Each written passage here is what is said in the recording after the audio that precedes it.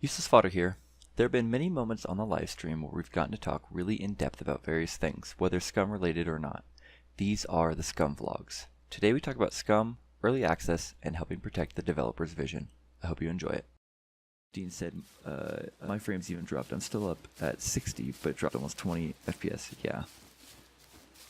Yeah, I know it's just like an interim patch while they work on some other stuff, but part of what they were trying to give was a frame rate increase, and you don't expect your frame rate to go down when they do a frame rate increase patch. You're going the wrong way with the frame rate. Yeah, I agree. Like, look guys, we're gonna improve your frame rate. Hey, I lost frame rate. We're improving your frame rate. Be quiet. Don't complain about improvements. It's alpha. That's my favorite excuse. It's alpha. Okay, yeah, I definitely accept some bad stuff about games when you're playing alpha. Like on Tarkov, there's definitely some aspects you're like, okay, that's an alpha feature. They're gonna change that or remove that. But sometimes when you have, patches where they say they're doing one thing or they're trying to work on one thing, and it just, messes it up. Like part of what I feel like as a consumer and a player and people who really want the game to succeed, part of what you have to do is criticize the game when things aren't going well, because then, like, not in a mean way, not in a ragey way, you don't want to nerd scream everywhere, but you do need to let the developers know that whatever they're doing isn't working, because part of with early access, game developers don't do focus tests and stuff like that. You are the focus test. Like, you're the ones testing the game for them, and part they're expecting out of the people who are testing the game is honest feedback about how you're feeling the game's going. So if you don't give that to them, then you're not really helping them improve the game. All you're doing is just, like, building them up. Sure, like, you can be happy, especially when a good patch comes out. That's important. You don't want them to feel like no matter what they do, they can't succeed. But at the same time, you got to keep them honest. You got to ensure they know whatever they're doing isn't working for you. Because in the end, if it's not working for you, you're probably not going to play their game when it comes out. That's the bane of early access, is I think it acts as a filter for a lot of people who aren't dedicated to the game. And if early access doesn't go well, then you lose those people for good, especially if they put a lot of time in. Yeah, Dean said, but saying things like your game is garbage, etc. is not helpful. That's definitely true. You shouldn't be doing like, you guys are garbage, this game's garbage, you guys suck. Streams have been saying, oh yeah, SCUM, resident sleeper. Like, okay, sure, I get what you're saying, man, but really not helpful. Helpful feedback. I mean, you can even be a little bit frustrated, but just remember that the people on the other end are people who are people, for one, and they're trying to make a good game. I don't think anyone tries to make a crap game. You get some money grabby sort of games, like meme games and stuff. And that's another thing also, like, when you play a game, you gotta realize that you're playing the developer's vision. It's not your vision.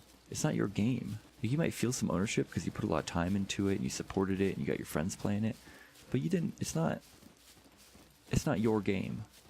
Tarkov runs into this a lot, and I think this game's starting to get it because some of the people who are into the more survival aspects of Tarkov came over. But when people play and they expect it to be one way, and it's not quite that way, they should go to the forums or go to the Reddit and say, hey, I like this feature, I wish it was more like this. Like, that's the way to say it. Like, I see what you guys are doing, but I would prefer it to be like this.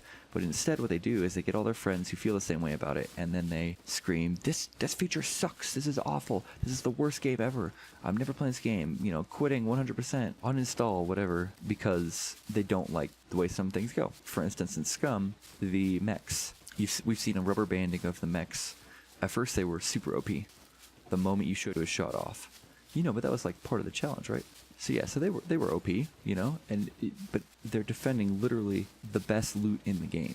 Like, all the best loot is at those military bases. You go to a military base, you're ready for PvP. One military base that you loot, so if you look at that, it's basically like a care package. It's an airdrop with all the best stuff in the game. Well, of course you're gonna have super OP guards for that. In a game where you have to like run around and cut down trees and everything just to make a basic shelter and a spear, if you can run in and get a Car 98 with a mount and scope and rounds and everything like that, be a natural born killer after that, then why shouldn't it be super hard to get that stuff?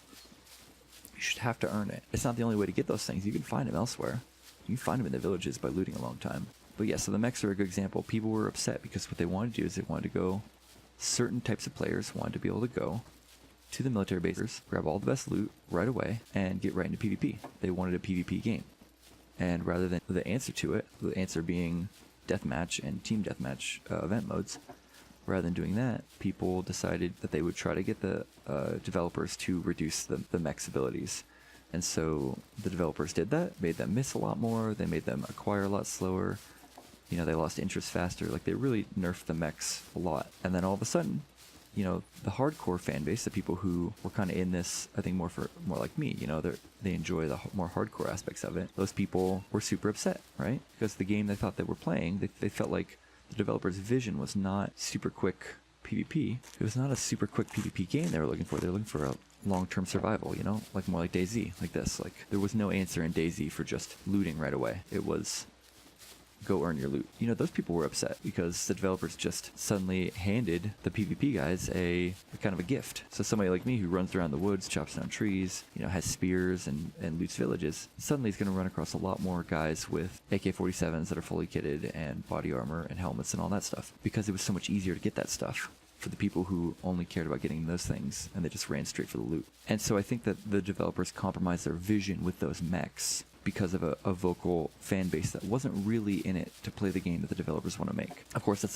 from the opinion of a hardcore player, but I think if you look at this game, there's no doubt that this is meant to be a more hardcore experience. Like, I don't think anyone can look at this game and be like, oh yeah, this is meant to be nice and easy, casual PvP game. You know, that's just not the case. I think as a developer, you need to protect your vision and realize that some players are not in it for what you're in it for, and that they're just going to be mad no matter what you do. You know, so as developers, they need to protect their vision, but as players, we also need to help the developers defend their vision.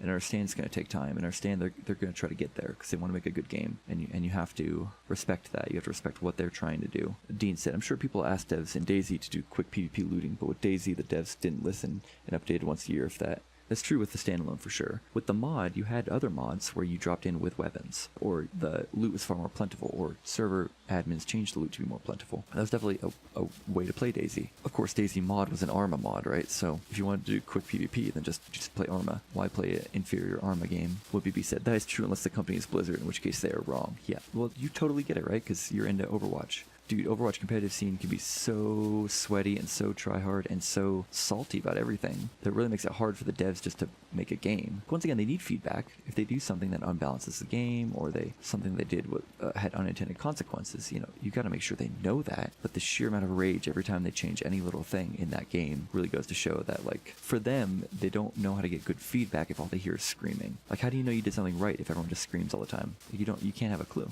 Anyway, that's my log rant. Oh, that guy's right there. See, look, AK-47 or AK-74 the moment I got in here. Like, really? Smoke grenade, you know? Like, cool, but why?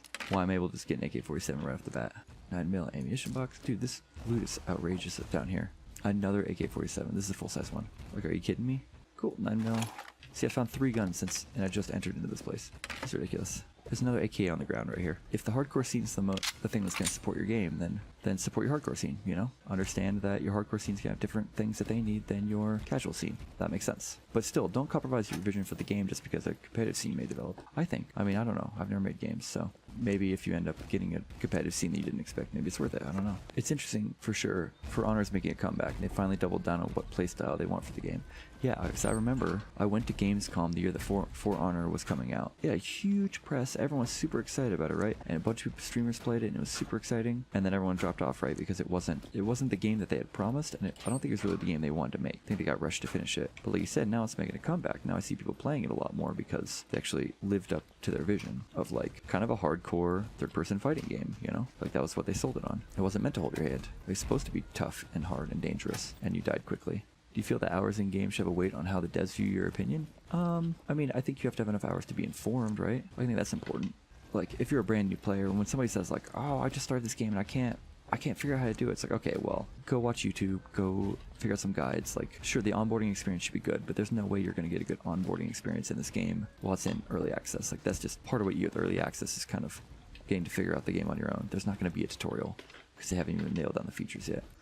But then when people are like, I have 1,000 hours in this game, but let me tell you how it should be. I appreciate your dedication, and I feel like you should get some say, but it doesn't mean that you suddenly get to tell the devs what to do. Okay guys, I hope you've enjoyed this video. If you did, tap that subscribe button and consider joining us on Twitch every morning at 7:30 a.m. Eastern or 11:30 GMT for more SCUM, Escape from Tarkov, or Insurgency Sandstorm action at twitch.tv/uselessfodder.